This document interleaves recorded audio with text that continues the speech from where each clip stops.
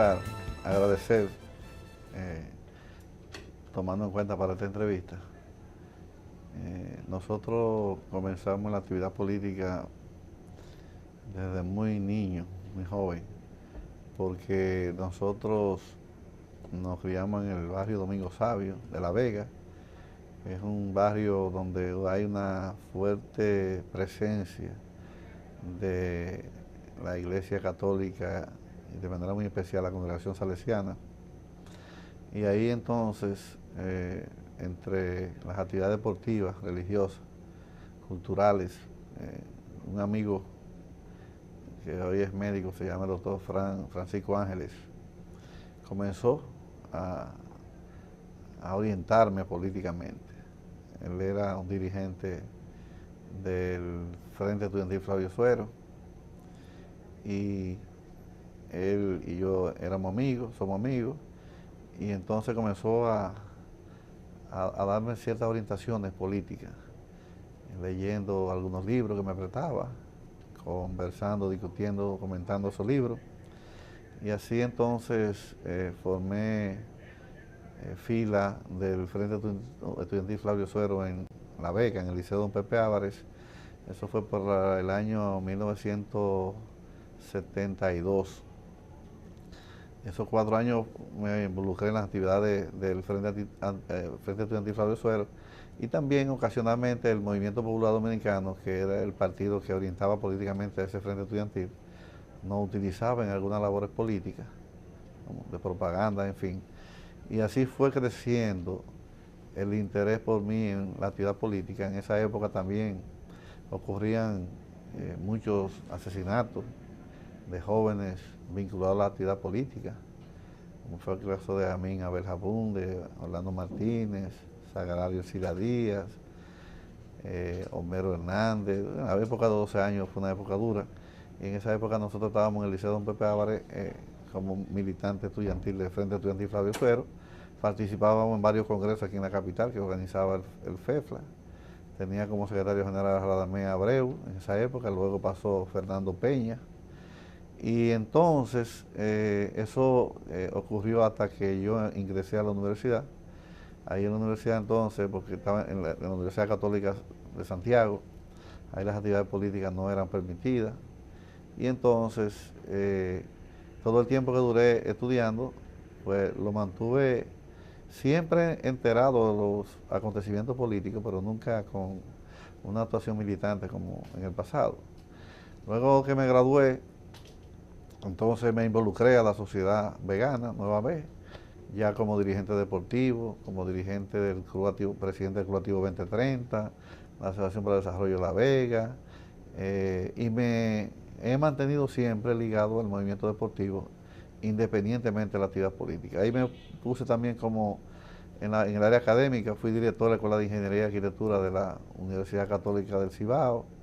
Ahí duré varios años hasta que comenzamos a construir el campus universitario. Yo fui el encargado de esa obra. Entonces mantenía el área académica a través de la Escuela de Ingeniería y Arquitectura de Eucatesi, el área de la construcción. Tenía una empresa constructora también que construía en La Vega. Trabajaba con un ingeniero que tiene una gran empresa en La Vega, que es el ingeniero César Arturo Abreu, una empresa de ingeniería. Y entonces ahí ingresé al PLD en el 82 a un círculo de estudio especial. Realizando esas actividades académicas, profesionales, deportivas, mantenía la orientación política bajo los lineamientos del PLD en un ciclo de estudio especial. Ahí estaba el compañero Erasmo Vázquez, que fue ministro de Salud Pública, y otro compañero más. Entonces ahí entonces me fui desarrollando en las actividades políticas, y en el 1990 me eligió el PLD como su candidato a síndico. Y entonces salí de la vida académica de la universidad y me dediqué en tiempo completo a la sindicatura de La Vega del 90 al 94 y a las actividades del partido. Siempre manteniendo mi profesión, porque siempre he tenido la empresa constructora mía trabajando, pero he podido llevar a cabo ambas tareas. En el área de la actividad política, en el PLD llegué a ser presidente del partido en en esa época, miembro del Comité Central en el 92, fui el más votado en la segunda ronda. Seguimos entonces trabajando y somos titulares de la Secretaría de Asuntos Gremiales y Profesionales del PLD, presidente del partido ahora mismo en La Vega, fuimos diputado, senador y senadores reelectos ahora. En el área gremial hemos estado desempeñando una labor importante en el partido, porque la mayor parte de los gremios han estado trabajando por nosotros, a excepción del Colegio Médico, que a pesar de que tenemos presencia, pero no tenemos una asesoría como la tenemos en los demás gremios del país. Entonces, fui director de la CAS, antes que eso fui en el 96 director de la Oficina de Ingenieros Supervisores de Obras del Estado, con rango de secretario de Estado.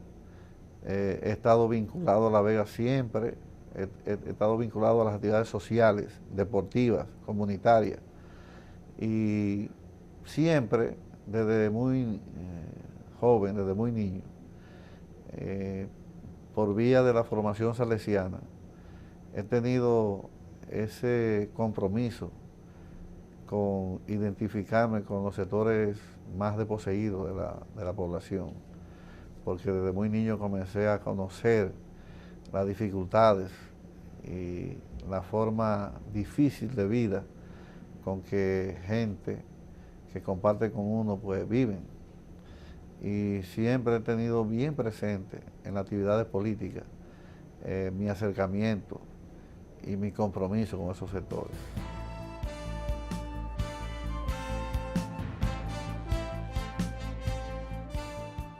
En el 1990 yo ni estaba aspirando a síndico, y de momento me propusieron por varias razones, entendí yo después.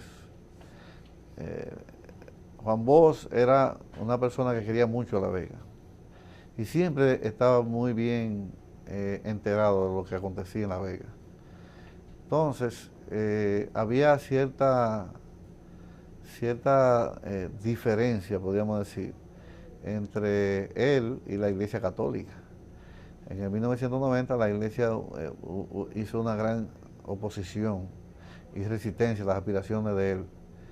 Y entonces yo, que era director de la Escuela de Ingeniería en la universidad que es católica, vieron que podíamos tener las condiciones como ingeniero civil y además salir de una institución de la Iglesia, podríamos contrarrestar los efectos que en ese momento se estaban sintiendo de una resistencia de la Iglesia Católica hacia las aspiraciones del profesor Juan Bosch. De hecho, nosotros ganamos muy bien en la provincia de La Vega, ganamos la senaduría de La Vega, ganamos la sindicatura, ganamos toda la sindicatura, a excepción de Constanza. De manera que eso tuvo que ver con eso. Yo realmente no estaba aspirando.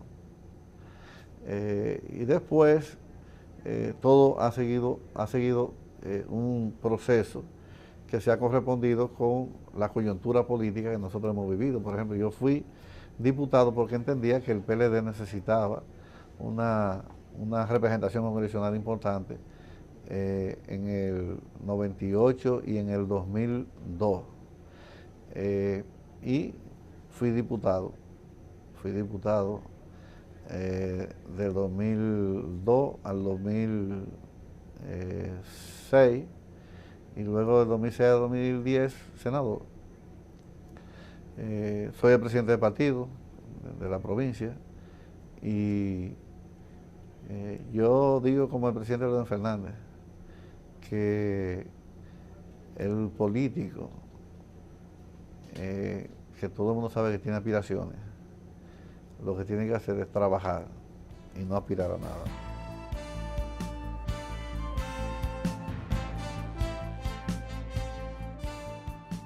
Mi familia es originariamente de mi padre de Gurabo y mi madre de Pedro García.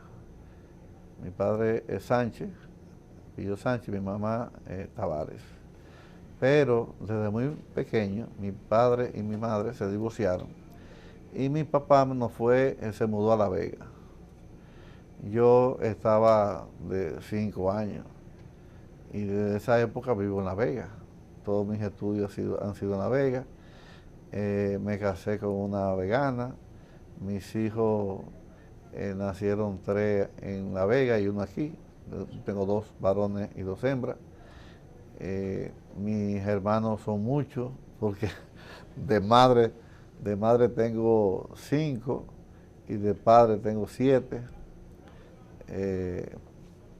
Y en realidad me llevo bien con todos ellos. La mayoría está aquí en el país, a excepción de una hermana, 2 que están en Estados Unidos. Y es una familia bien. Los Tavares es una familia muy larga, los Sánchez también. Y siempre he tenido la armonía de compartir con todos ellos. Estoy casado con 4 hijos, 2 varones y 2 hembras.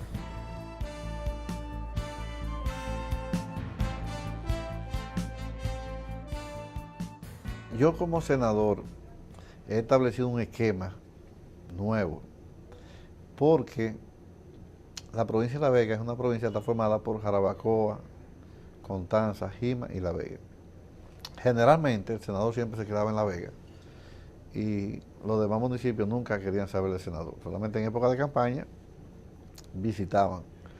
Yo tengo un esquema nuevo que consiste en tener una oficina en cada uno de los municipios. Esa oficina hay en cada una de ellas una escuela de informática que le da educación en informática a los jóvenes de manera gratuita de cada municipio. Son miles de jóvenes que ya han pasado por esas escuelas de informática. Pero además la oficina tiene una asistencia en el área deportiva, en el área cultural, una presencia en las fiestas patronales, en las festividades de cada uno de esos municipios. Y eso hace que la gente sienta la presencia del senador siempre. Los jóvenes, sobre todo, con la educación, con las becas en las universidades nacionales y extranjeras que nosotros les proporcionamos. Eso es lo más importante. Además de las atenciones de salud que en casos críticos se generan. A veces hay familias que no tienen cómo curarle una enfermedad a un niño, porque es muy caro el tratamiento. Nosotros con la relaciones que como senador tenemos, pues hemos podido lograr llevar la felicidad a muchos hogares, de niños y de adultos también. O sea, muchos casos de muchas mujeres con cáncer de mama, que son tratamientos muy caros. Se da el caso también de personas adultas con problemas coronarios, de corazón, que hay que hacer personas de corazón abierto, operaciones costosísimas. Nosotros hemos podido salvarle la vida a mucha gente. Esas son de las satisfacciones que también nosotros sentimos. En el área legislativa, nosotros tenemos una agenda muy interesante, porque hay muchos problemas en la sociedad que el Estado, a través de sus poderes, no atiende de una manera responsable. Mira, yo tengo un proyecto de ley que está aprobado aquí en el Senado, que consiste en acabar con la discriminación de la población de más de 40 años. Cuando una persona tiene más de 40 años no consigue trabajo en ningún sitio en la República Dominicana. No importa la capacidad que tenga esa persona. Y eso no puede ser. Nosotros los dominicanos tenemos que proporcionarle trabajo a todos los seres humanos, sin importar la edad. Usted va a Europa o a Estados Unidos, usted ve en un supermercado, en una tienda, a una persona de 70 años cobrando en la caja y trabajando. Así es que tiene que ser. Aquí en la República Dominicana, cuando una persona tiene 50 años, puede ser el mejor profesional, no lo emplea nadie. Ese es un proyecto de ley que nosotros tenemos para evitar que eso siga ocurriendo. Porque una persona con 50, con 60 años es una persona con experiencia, con capacidad para desempeñar un buen puesto. Nosotros tenemos otro proyecto de ley que está siendo discutido y que va a ser algo sumamente interesante. Y es el concepto de pago por servicios ambientales. Es un proyecto de pago por servicios ambientales. Todo el mundo vive de la agricultura, todo el mundo vive de la naturaleza, todo el mundo vive de las cuencas hidrográficas, pero nadie se preocupa por esas cuencas hidrográficas. Nadie se preocupa por la naturaleza. Entonces, ese proyecto de ley consiste en que cada quien que explote los recursos de las cuencas sean penalizados con un pago para que ese pago sea invertido en la cuenca. Me explico.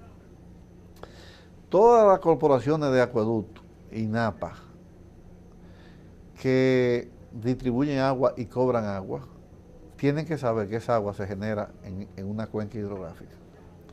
Pues cada quien que comercialice esa agua tiene que pagar, hacer un pago mínimo a una institución que va a utilizar ese dinero para reforestar y para preservar esa cuenca.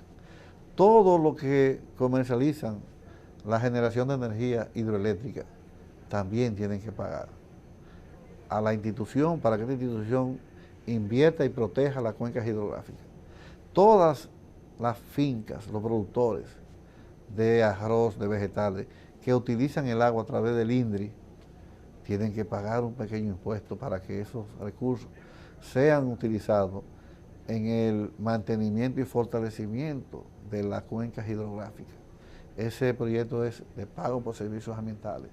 Yo tengo otro proyecto también que trata sobre los niños que nacen sordos, un proyecto de hipoacusia. Resulta ser que en Estados Unidos y en Europa, todos los niños cuando nacen, además de chequear todos sus signos vitales, la audición es chequeada con un aparato. En la República Dominicana no se le chequea la audición a los niños recién nacidos. El proyecto que yo estoy auspiciando es para que Salud Pública obligue el chequeo auditivo de todos los niños. ¿Por qué? Porque cuando un niño nace con problemas auditivos, tiene el primer año para corregirlo fácilmente. Pero para eso es necesario que sea detectado a tiempo el problema. ¿Por qué? Porque si usted no lo detecta a tiempo, con el tiempo se complica. Y un niño que no escuche bien es un niño que va a tener problemas en el aprendizaje. Es un niño que va a ser maltratado también en su casa. Porque los padres no saben que él no escucha bien. Los profesores no saben que él escucha bien. Y entonces lo maltratan, le hablan mal, dicen que el niño es sinvergüenza, que el niño es esto, pero es que el niño tiene un problema, que nadie lo sabe, es que no escucha bien. Entonces, ese es otro proyecto de ley que nosotros tenemos para evitar que eso siga ocurriendo. Nosotros tenemos también otro proyecto de leyes para el establecimiento de una zona franca agroindustrial en la República Dominicana. La demanda alimentaria en el mundo cada día crece. La dinámica económica va creando capacidad de consumo en la población. Nosotros tenemos una tierra fértil, un sol el año entero. Nosotros podemos producir el año entero. Tenemos una creación de infraestructura de invernadero reciente, pero que va en aumento. Entonces tenemos que crear las condiciones para que los productores en el área agropecuaria puedan tener atención, puedan tener financiamiento, protección, para generar una producción y una exportación que sea beneficiosa para el país en términos alimentarios. Entonces, la creación de la zona franca agroindustrial es una necesidad nacional. El problema de nosotros no es la textilería, el problema de nosotros es cultivar y explotar los recursos naturales que tenemos. Si tenemos buena tierra, si tenemos un sol el año entero, vamos a mandarle vegetales, productos agrícolas, flores, a toda esta isla que nos quedan al lado, a Europa, a Estados Unidos, porque también geográficamente estamos en un lugar envidiable. De la República Dominicana nosotros podemos distribuir al mundo entero productos vegetales, agroindustriales. Entonces el gobierno y nosotros tenemos que crear las condiciones para que los productores se motiven y se aseguren de que su trabajo va a ser remunerado de una manera efectiva a través de una plataforma jurídico que le permita a ellos trabajar y la República Dominicana beneficiarse de su trabajo. Esos son proyectos que yo tengo muchísimo más. Entonces voy a dar la carpeta para que lo vea. Pero en términos generales son los proyectos que yo veo que tienen cierta importancia en lo inmediato.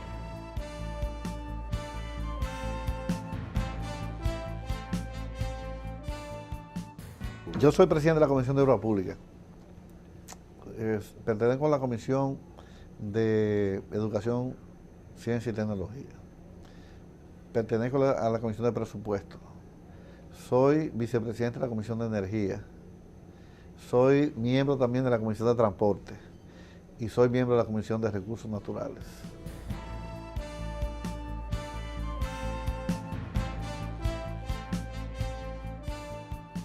En la época en que yo era dirigente estudiantil, nosotros tuvimos muchos problemas porque la policía era muy represiva y los 12 años Balaguer eran duros.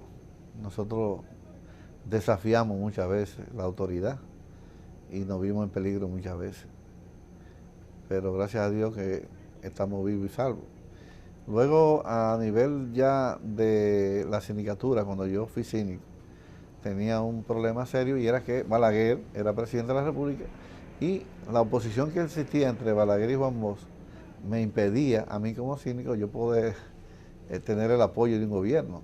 Pero eso no fue óbice para nosotros no hacer una buena sindicatura, porque don Juan siempre nos dio el apoyo y la orientación sabia de él, y eso se valora todavía esa sindicatura. Nosotros a nivel ya de el partido, del PLD, aunque sabemos que el PLD es una fuerza política importante, pero sí hemos notado que últimamente el partido no está funcionando como debía de funcionar. Y eso hace que uno no se sienta muy cómodo, porque la verdad es que Juan Bosch sembró en nosotros unos ideales y unos sueños que todavía hay que hacerlos realidad. Y es lamentable que aún en nuestro gobierno yo tenga que hablar de esa manera, pero es la verdad. Yo pienso que el presidente Leonel Fernández tiene que buscar más a Juan Bosch, tiene que acercar más al gobierno, hacia el pueblo, tiene que tener más, el pueblo tiene que tener un mejor acceso al gobierno del PLD. Tiene que haber una dinámica mucho más efectiva entre el pueblo y el partido y el gobierno. Yo pienso como que el gobierno del PLD le está dando más apoyo a los sectores altos, y se está olvidando un poco de la media y baja clase social. Y en definitiva, quienes van a votar en cada elección son los de abajo. Pero no creo que nosotros debemos seguir utilizándolo. Pero nosotros tenemos que trabajar para que ellos cambien de realidad y para que vivan una vida mejor. Yo creo que tenemos esa deuda con Juan Bosch. En el PLD todavía no hemos cumplido con esa deuda. Y tengo el temor de que cada día nos alejamos más y se ve más difícil la posibilidad de cumplir. Yo a veces me expreso y siento la represalia de muchos compañeros que tienen temor, pero yo, independientemente de lo que pueda ocurrir, nunca voy a dejar de expresar lo que yo siento. Y yo entiendo de que como gobierno no estamos haciendo lo que Juan Bosch quería hacer como presidente de la República.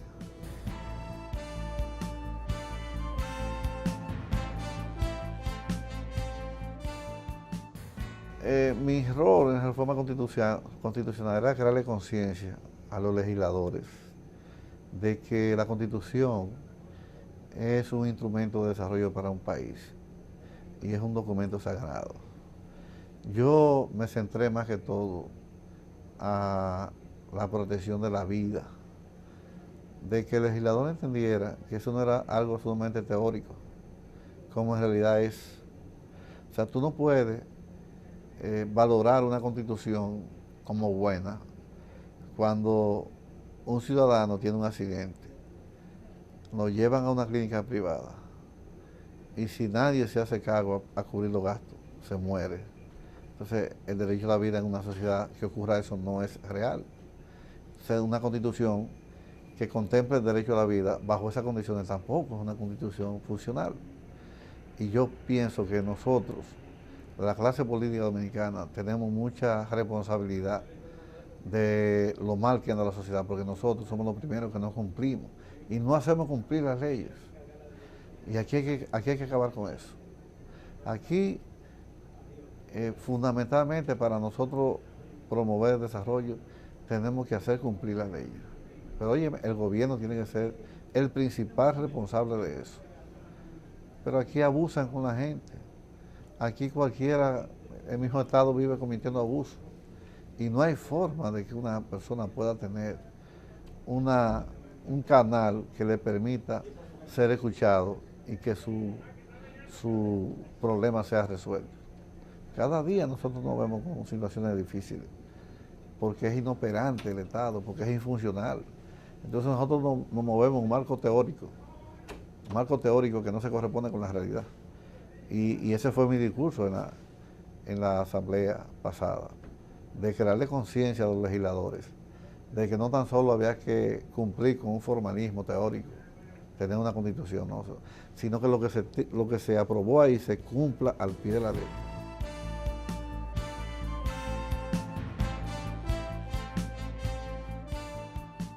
En el pasado, cuando nosotros teníamos el Senado, teníamos la presencia del PRD y el Partido Reformista, en una presencia importante, ellos expresaban las situaciones negativas que ocurrían en el gobierno.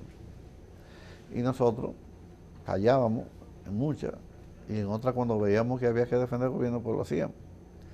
Pero ahora nosotros tenemos que decir las cosas malas que ocurren en el gobierno y las cosas buenas, porque no hay un senador de oposición que lo puede expresar. Entonces nosotros en cierta medida tenemos que convertirnos en senadores de la oposición en su momento, porque el equilibrio democrático, el equilibrio institucional, hay que promoverlo. No es verdad que porque nosotros tengamos la mayoría senatorial, nosotros vamos a levantar la mano por todo lo que pase por ahí. Yo pienso que hay que respetar al pueblo y sobre todo a los electores que votaron por nosotros. Yo me pararé y me opondré a todo lo que yo vea que sea incorrecto. Y aunque se apruebe, como muchas veces se aprueba, pero mi voz y mi intención quedará expresada en el acta de que no estuve de acuerdo. Porque a veces, en países subdesarrollados como este, la mayoría absoluta se utiliza para arrollar, para vencer y para asumir un rol dictatorial. Yo estaré siempre vigilante y seré la única voz en el desierto que promueva la justicia cuando vea que se está actuando injustamente. Yo creo que en esta coyuntura a los legisladores, sobre todo los senadores PLDistas, nos toca una labor importante, una labor apegada a la justicia que tenemos que llevar a cabo, porque no podemos ser cómplices de todo lo que ocurra injustamente.